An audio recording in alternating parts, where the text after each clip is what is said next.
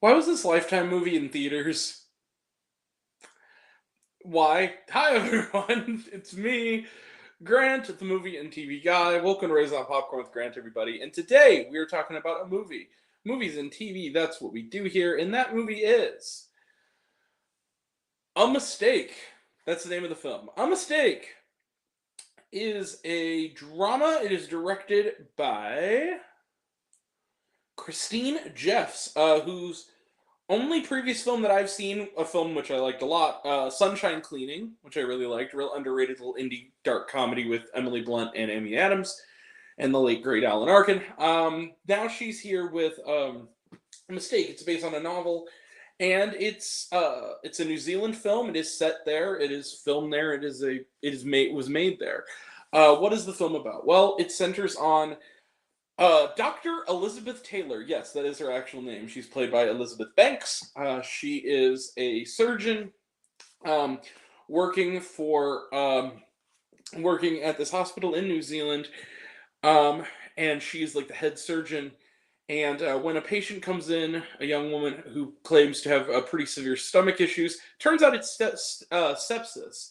And when the trainee who is under her watch accidentally makes a fatal mistake that costs the young woman her life, or at least, if not caused it, helps the cause of it. Her life and the life of her colleagues takes a downward spiral as this simple mistake has a domino effect that slowly but surely begins to erode everything.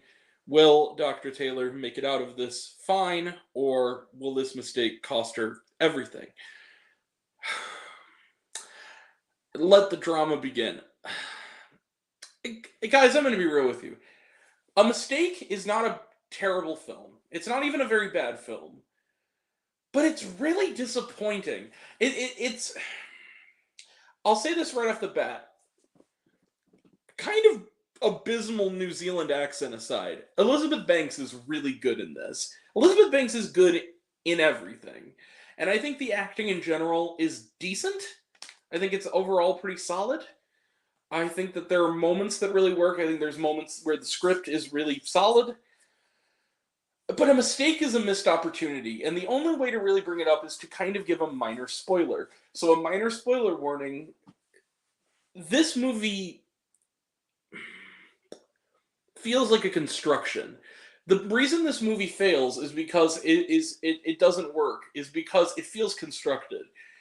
What I mean by that is you can see where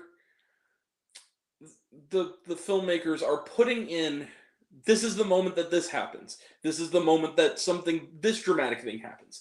This, and this. And it becomes a succession of those moments. And the beginning of the movie, I was really invested. The first 15, 20 minutes, this medical procedure and seeing these doctors. I had to see this movie yesterday in the morning because it was the only time they were showing it.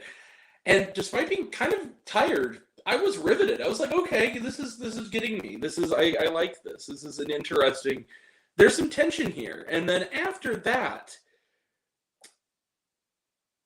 once the mistake happens, and kind of post that initial scene, once the patient passes away, the movie slowly but surely goes downhill because you start to notice all the pieces in place.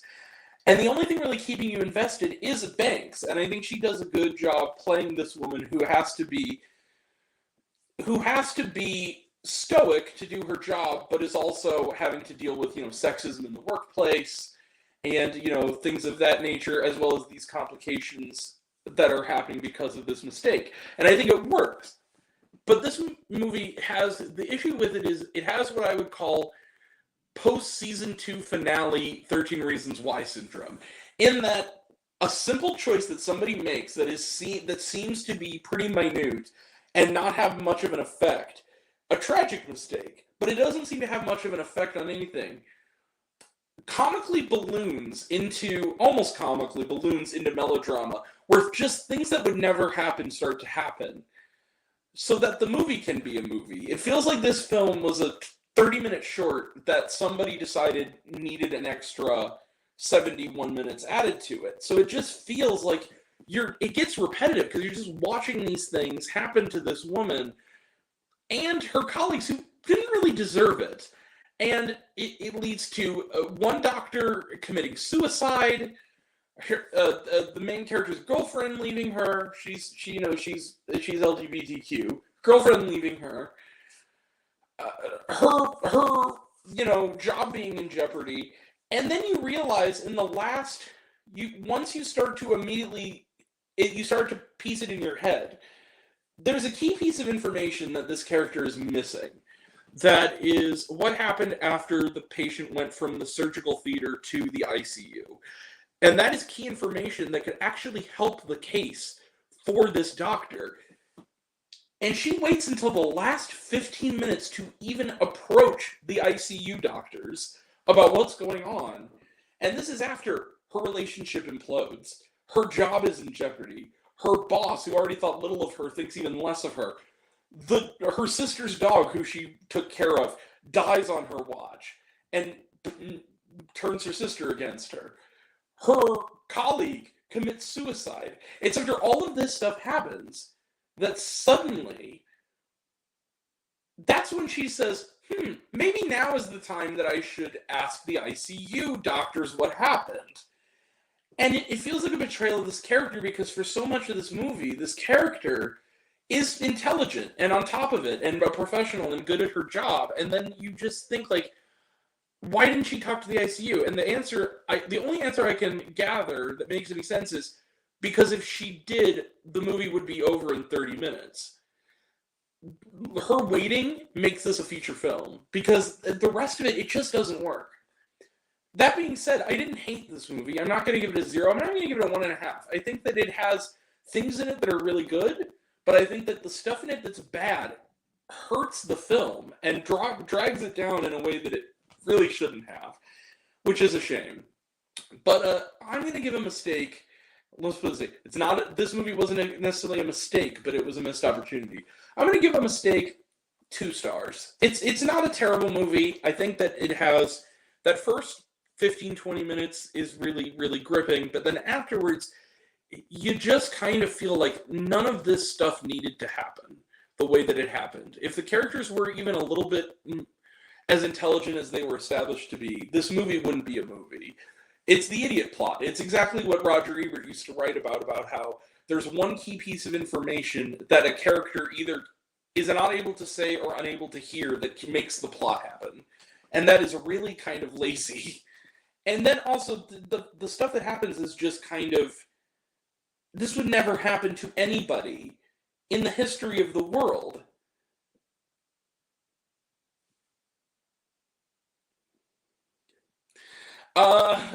Wouldn't happen to anybody. So the thing is, 2 stars. It's not a great movie, but Elizabeth Banks is great, but she deserves better material than this. I kind of feel the same way about this, although I liked the former a little bit better, or the latter rather, a little bit better. It reminds me a lot of what's that movie from a few weeks ago with Elizabeth that also had Elizabeth Banks and Skincare. It's just a missed opportunity. It's like there's stuff that's missing that needs to be there. But I also enjoyed watching Skincare more. A Mistake felt way more repetitive than this did. Sorry. Anyway, so A Mistake, Trailer Trash. 2 stars out of 2, or 2 stars out of 5. Jesus. Let's close the book on it. Trailer Trash. Let's talk some Trailer Trash. Whitebird, talked about it, looks good. Bonhoeffer, talked about it, looks good. We Live in Time, talked about it, looks good. Hard Truths, talked about it, looks good. Conclave, talked about it, looks good. Joker, Filet Adieu, talked about it, looks good. We're seeing it next Thursday.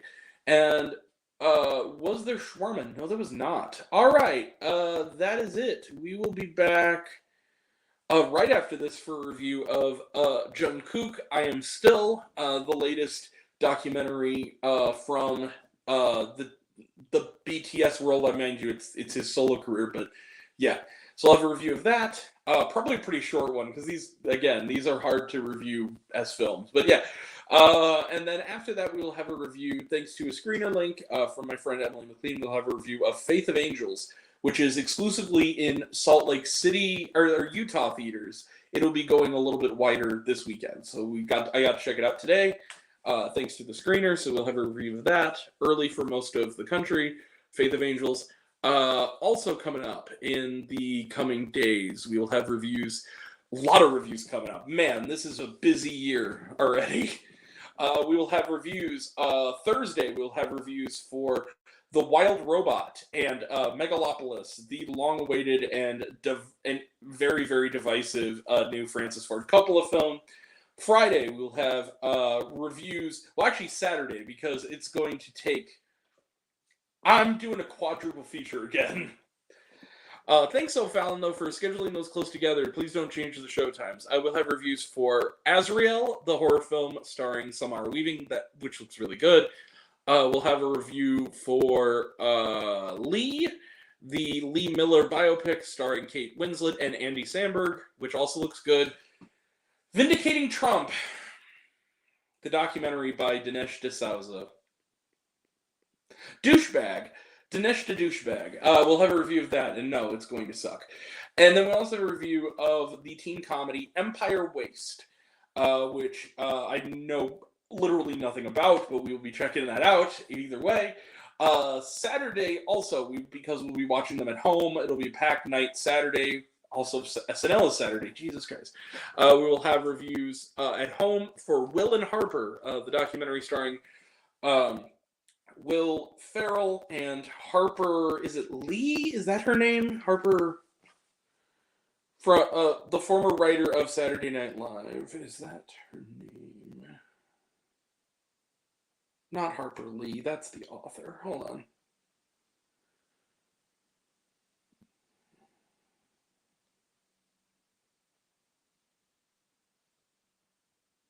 Harper Steele. So I'll review that. I've heard a lot of good things about that one. We'll also have a review of Apartment 7A, the prequel to Rosemary's Baby, and the long-awaited sophomore feature from Natalie Erica James, the director of Relic, which is one of my favorite horror films of the decade. So I'm excited to check out her new film. She's also a really cool person, certified cool person, so we'll have a review of that.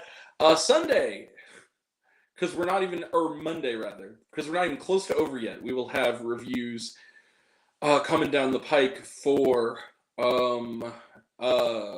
Mountain Film Adventure Shorts, which is apparently just 14 short films that are feature length, but it's a film. It's packaged like a film, so I'll talk about them.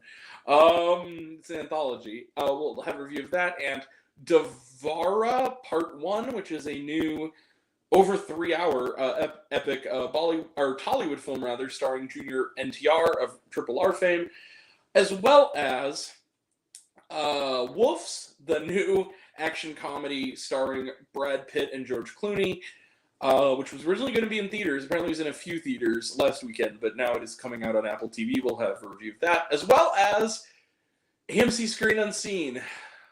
What a packed week we have. So we'll have reviews of all of that coming up, and that'll all be next time. And until next time, I'm Grant, the movie and TV guy. I see it all, and I'm happy to share it with you. I love you all. I appreciate you all. I love you all, class dismissed. I love you 2000. Be kind to one another. If you like this video, give it a like if you want to. Give it a subscribe if you want to. Give it the bell. I don't know what it does. That's what you're supposed to do, or so I've been told.